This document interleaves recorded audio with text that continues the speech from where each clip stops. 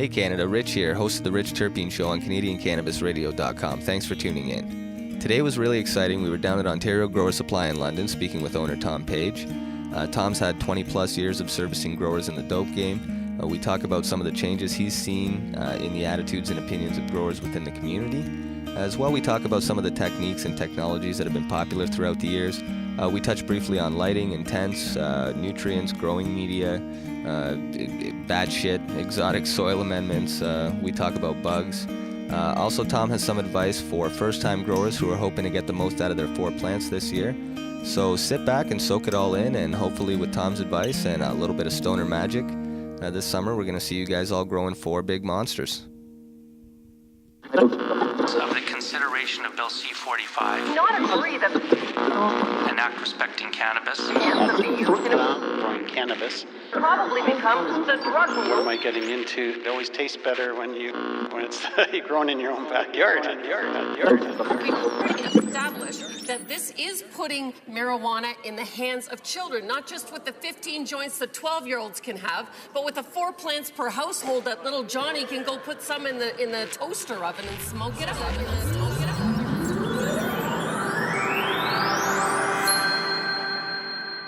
What's up, guys? Rich here, the host of CanadianCannabisRadio.com. This one's for the growers. Today we're down at Ontario Grower Supply speaking with Tom Page, the owner and operator of Ontario Grower Supply. Tom, how you doing today? Good, Rich. How are you doing? I'm doing very well, thank you. Right on. So Ontario Grower Supply, for me, this is like the spot. You guys seem to provide a lot more of the niche products that you wouldn't get in some of the big box stores. Yes. Can you tell me a little bit about that? Who's primarily your clientele here? Is it cannabis growers, or is there vegetable growers in there as well?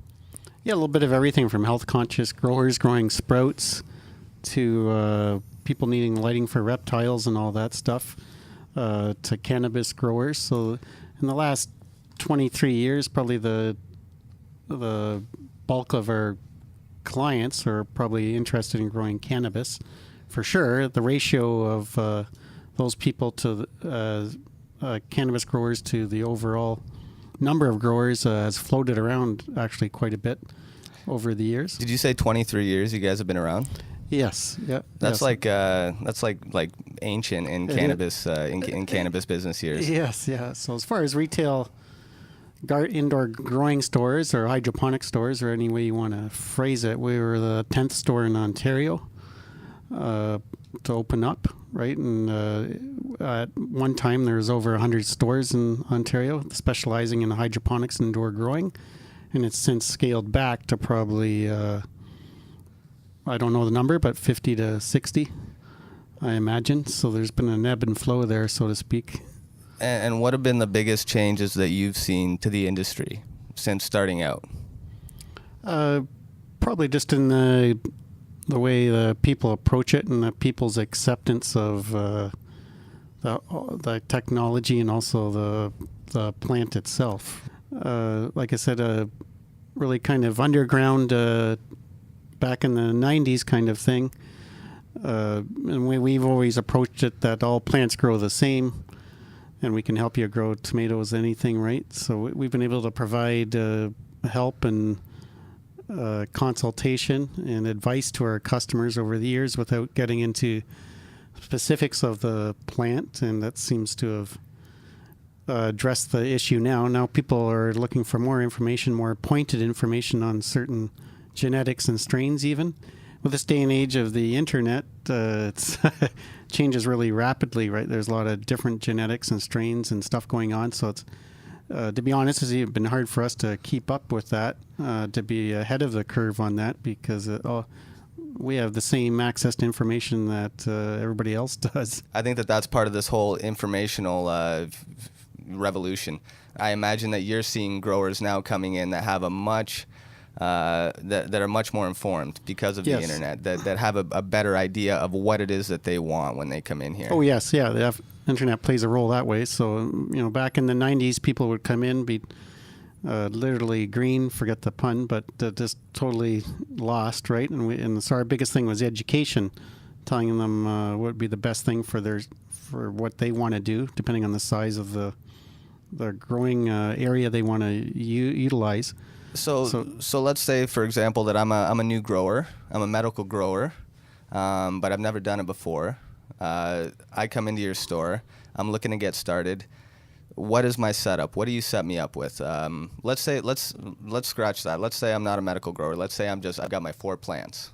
Well, that answers half of the questions, because really the idea is what you need to ask yourself is, what area do I need to occupy in my home or building? The square footage of the grow space. Yes, the square footage. And then, so if we're growing 4 plants, we probably want at least a 5 by 5 area, if not bigger, as a buffer zone. And you can do it in a smaller area, such as 2 by 4. We're talking big tanks. We're growing big. Yeah, big. Because that's another change over the industry. The feeling always seemed to be to grow the plant short, so that the light can fill in the whole plant, and that the crop would finish quicker. So you'd have more crops per year. Now the mindset is that we're going to grow less number of plants and we're going to grow them bigger and a longer cycle, right? To conform to the legal aspects of medical growing and the 4 plant rule that's coming forward. So have you seen? So what's 2017 been like with that announcement? Have you seen an increase in the amount of people that are coming in looking forward to? To learn so a lot about of people growing are cannabis? interested, knowing what's involved, what are the costs, right? What am I getting into? Yeah, what kind of maintenance is involved? So these are all questions that we try to address with them. And I imagine these days people are pretty open discussing the fact that they are growing cannabis and we're interested, they want your help.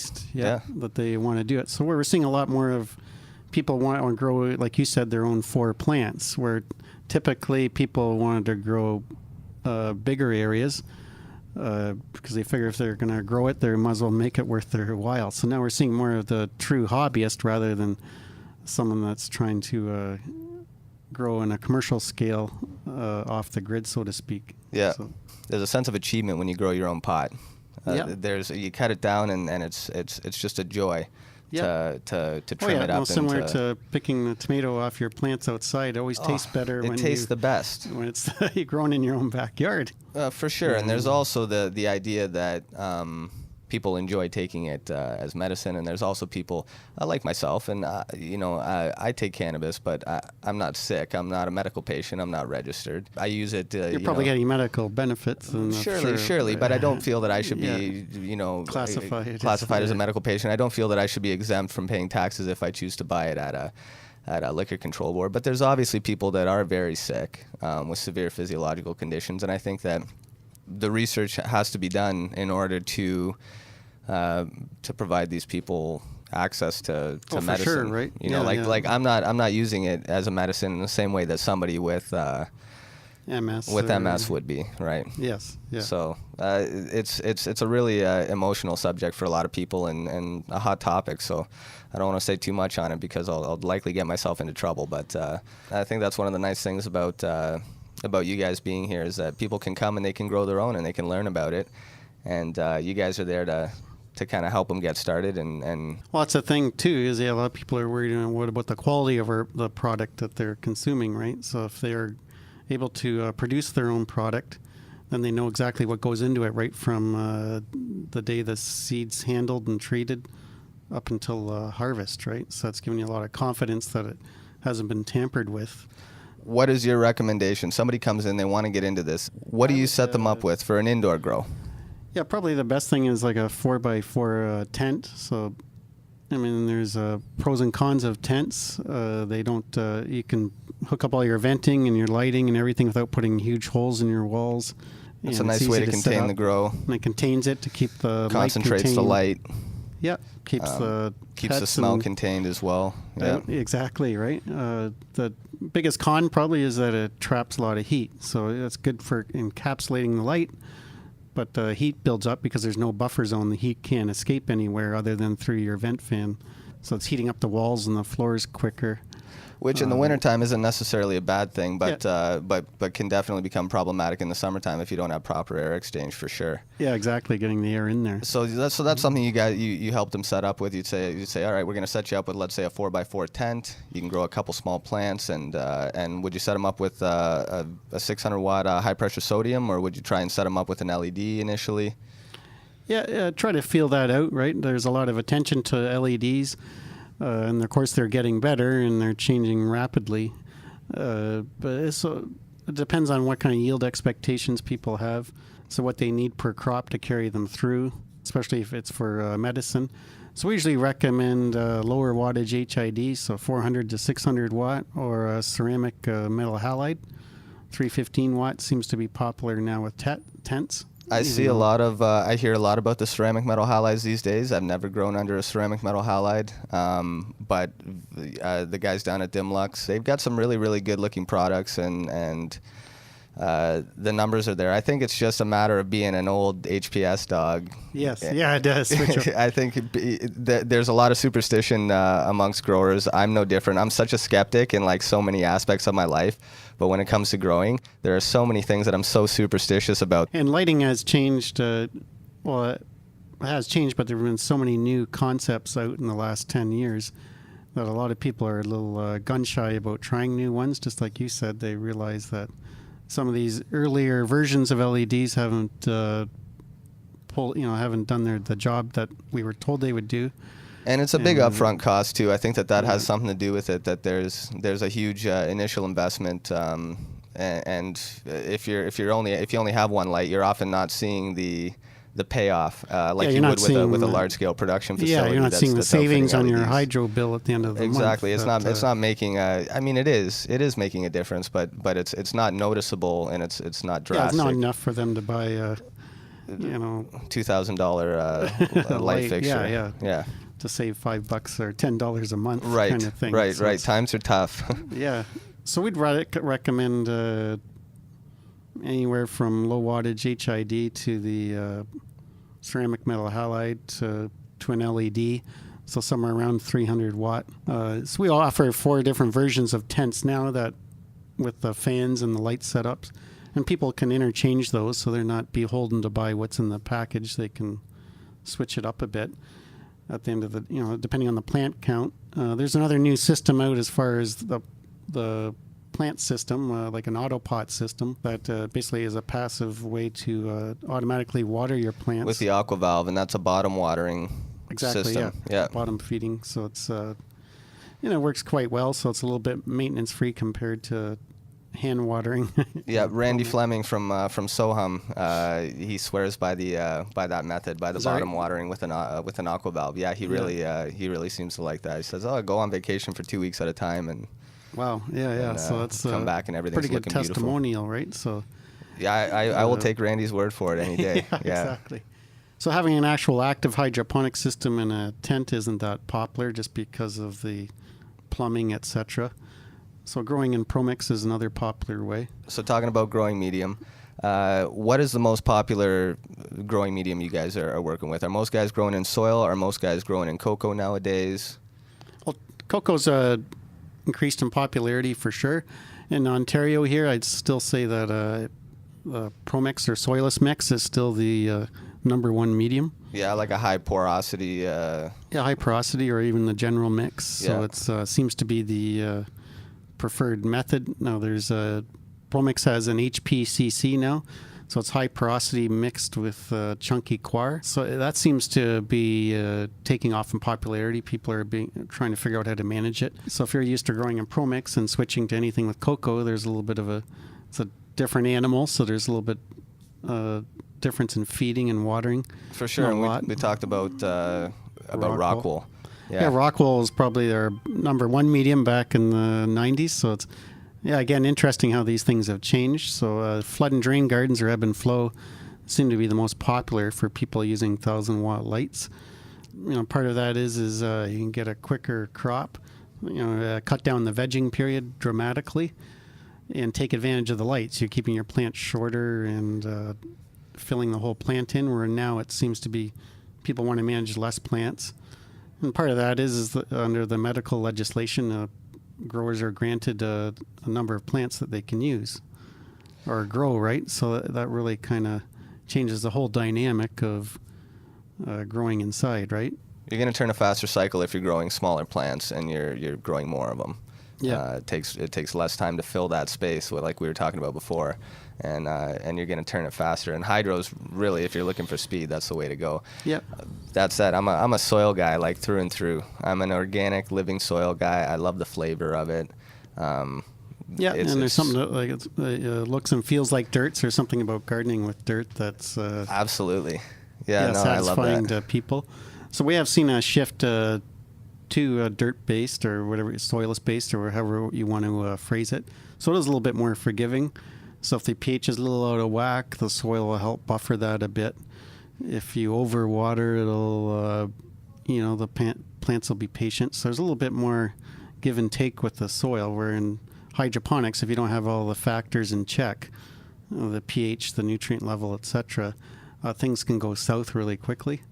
And that's where note-taking and consistency comes into play. And it's not unless you're growing, cycle after cycle, you're growing the same genetic that you really get to know it. Just a little bit more forgiving in soil. And again, it lends itself to organics. So that's another big trend in the last 15 years is people want to use more natural or organic-based nutrients for obvious reasons.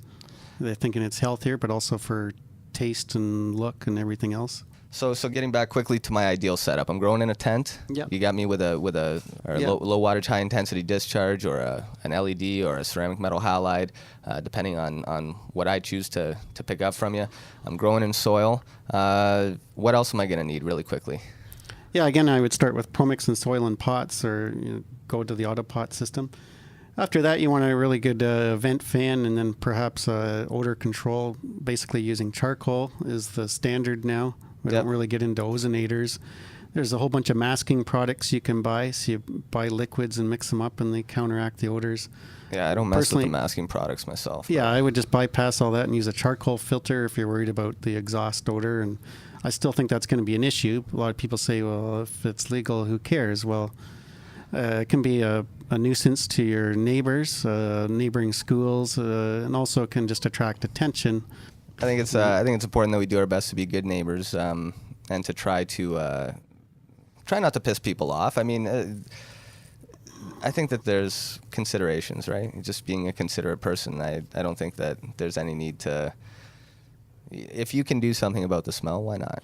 Yeah. There's no sense being belligerent about it. Right. Might as well just it's kind of like when you go to even a restaurant or a school, and there's always somebody smoking immediately outside the door, right? And it's like you just move 20 feet away and show a little courtesy. So anyways, a good charcoal filter. Then after that, some nutrients that will work for your application. As you know, the nutrient world is quite complex, and there's a multitude of options. So I almost think it's a disservice at this point. So again, going back to the 90s, if people are growing, we'd suggest a good 2-part food, maybe the odd additive here and there, and then some good clearing solution, and that's it. Now there's the whole advent of the natural and organic products, which is good. I mean, I think we should embrace that. But there's a huge additive market, as you know, from everything from humic acids to fulvic acids to blossom boosters and terpene enhancers and this, that, and the other thing. And both for the organic and the normal the mineral hydroponic market. Hydroponic market. And not to knock any particular product, but a lot of these products their true value isn't going to be seen by the average grower, or especially a beginner grower. Right. Who hasn't dialed in the nuances of the grow. Number one thing is, just like anything, if you're growing tomatoes, you need good genetics. So same thing with cannabis. You got to start with a good genetic. They'll be the biggest determinant of the yield and the quality, etc. The food, lighting, of course, is important. But the food, you want a good consistent diet, and you can dial it in over the years. But the thing is, just to give them a good base food, one that's you have confidence in. And I look at human health, right? You need a really good base for our own nutrition, whether you agree with the Canadian Health recommend diet guide or whatever, right? Right. But meat, potatoes, and round your whole diet off. Right. There's a a few things that you need. Yeah, stick to the basics and water, food and water. Yeah, exactly, right. Yeah. And mix it up a bit. Food, water, sleep. Exactly. Yeah. So Crucial. just like your plant needs Yeah. good soil, good nutrients, good water.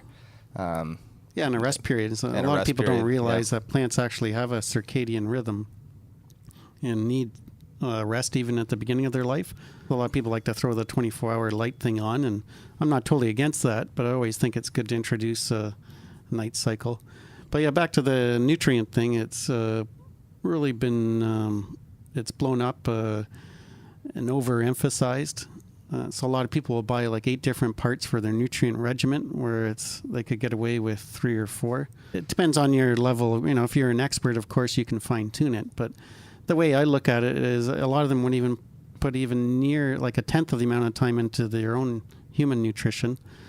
Right? A lot of them will wake up and they'll eat the first thing that they put their eyes on, right? Or they even have a burger for breakfast, or skip a meal. I mean, we're all guilty of these things. I absolutely take much better care of my plants than I do myself. So yeah, exactly. I definitely feel that. Don't get too tied up into having this exact scientific nutrient regimen. Just kind of stick to the basics, and then you can fine tune it through your own research and talking to other people about it.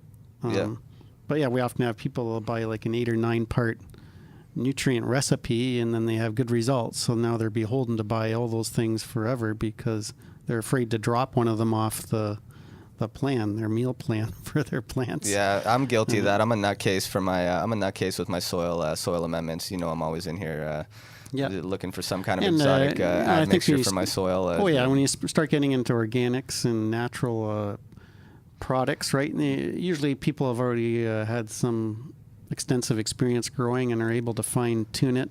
I like back guano mostly because I like talking about it. Yeah. Just sounds good, Yeah, growing with back guano. So yeah. When I want to use organics, I'll usually buy one of the pre-packaged ones that have 10 ingredients in it, like Gaia Green or Botanicare or something like that. We spoke about Gaia Green the last time I was in because I haven't seen any back guano on the shelves. And last time we were in, you said that you're not available to order it. Nobody is in Canada right now because of a ban on importation of back guano. Yeah, through the CFIA, the Canadian Food Inspection Agency. So why they've decided to pick this point in time to pick on back guano, it's hard to say. But the biggest fear is that it's not certified to CFI specifications, so namely curing disease.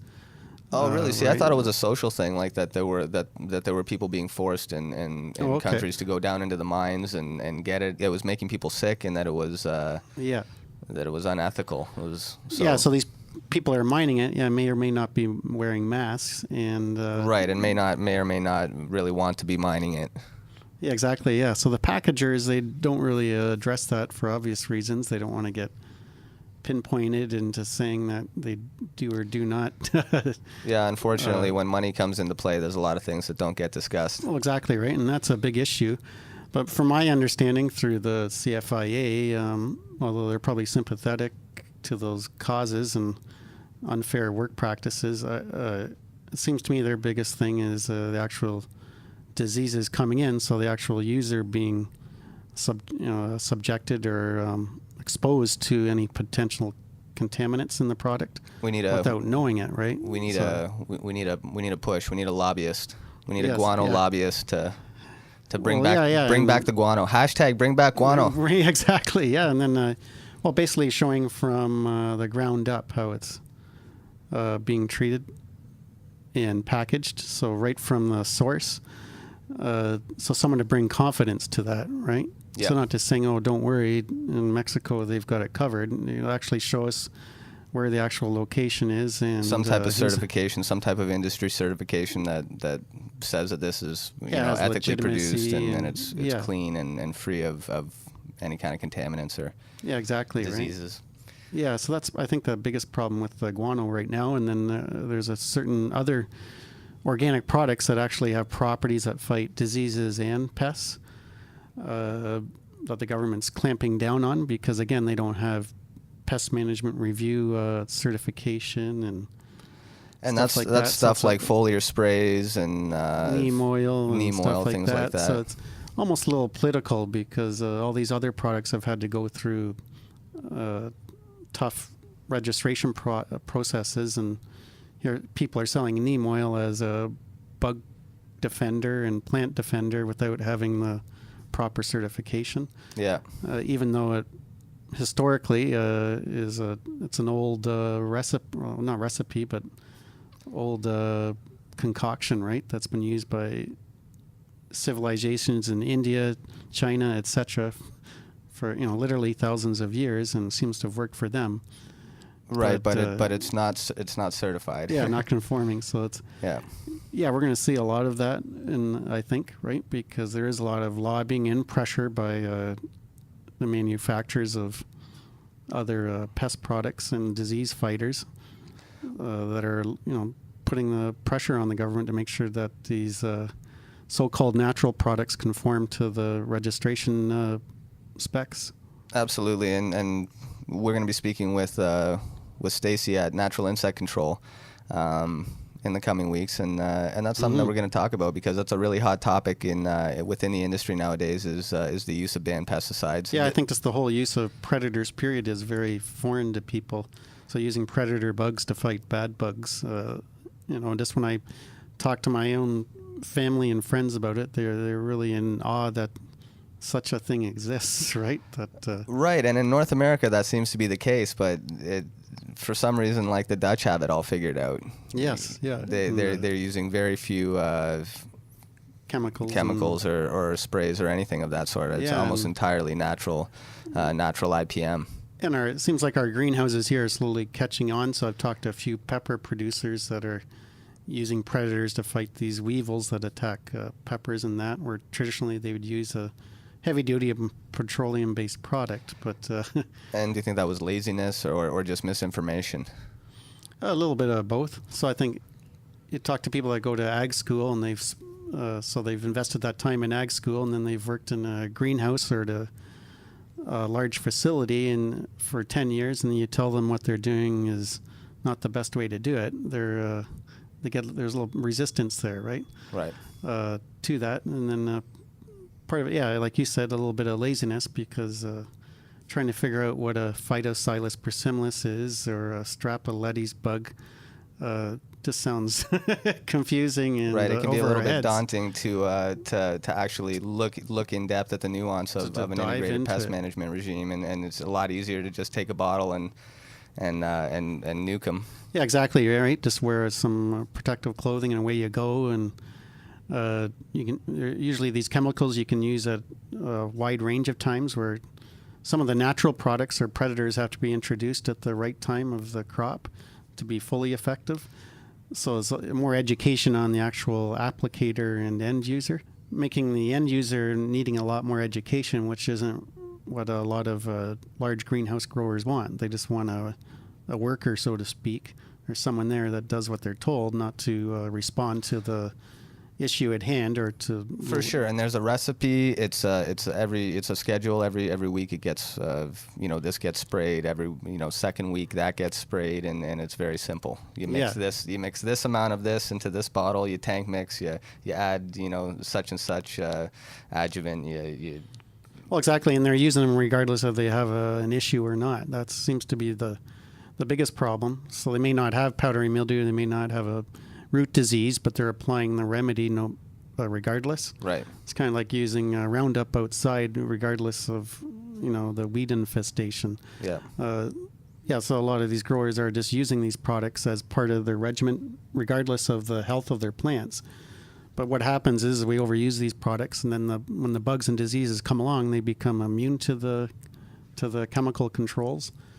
Right. Through successive generations, they develop immunities. Huge resistance, and they just basically eat it up and spit it out, kind of thing. So you get these super bugs. Exactly right. So just like in hospitals now, we have super bugs, and greenhouses and in agricultural fields we have super bugs, right? Because they're basically immune to the chemical controls and the overuse of them. So we're almost being forced into looking into the natural insect controls. At this point, it's like, exactly. We have no other choice.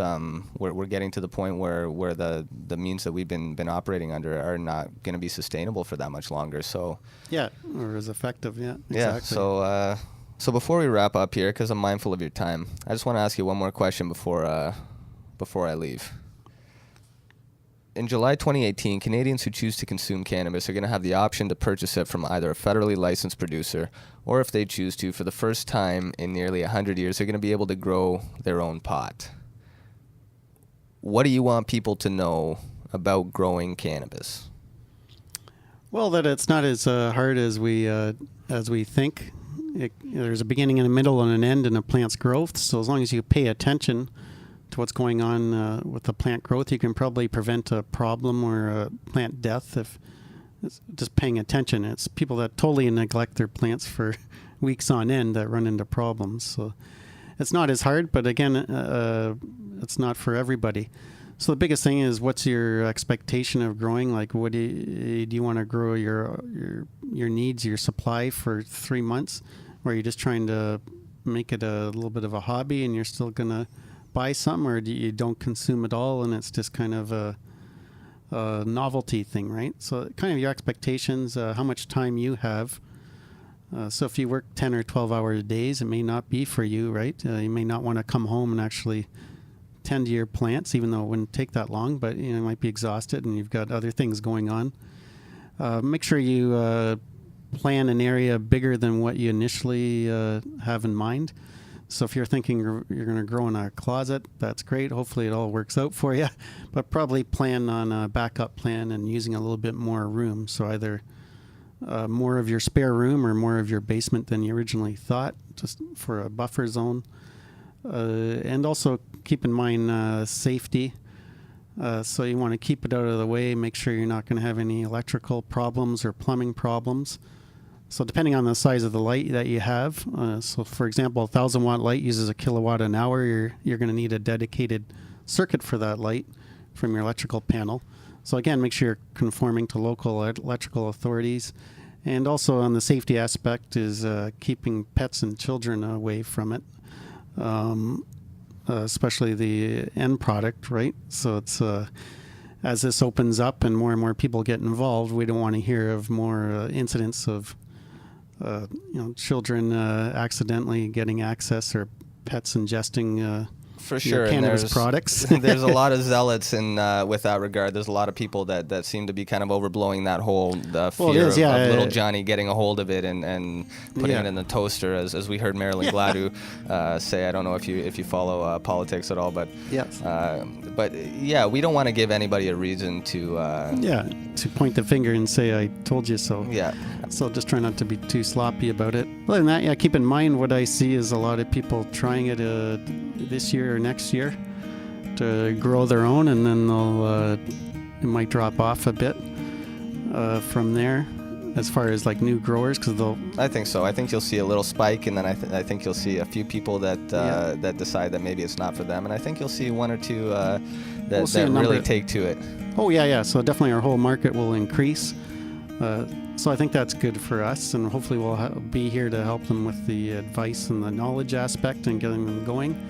Of course, we'll be fighting, with online presents and Amazon, as you mentioned before. We were talking a little bit about before we got started. I was asking you how that's affected your business, and maybe we can talk about that in a future episode. And definitely, yeah. And then all the big box stores, of course, will be edging their way into the nutrient market, I can see, and lighting a little bit. So that'll be probably the biggest changes in the next 2 years.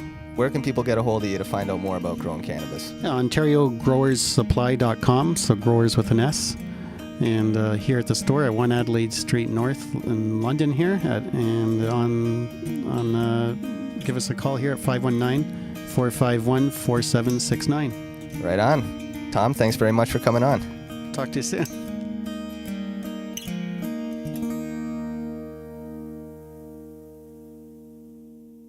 At CanadianCannabisRadio.com, we're committed to bringing you the real discussions with patients, producers, and policymakers that are shaping the Canadian cannabis landscape. If you've got a story to tell, we want to hear from you. Check us out online at CanadianCannabisRadio.com, and be sure to subscribe to future episodes for more Canadian cannabis content. Canadian Cannabis Radio. Share, learn, grow.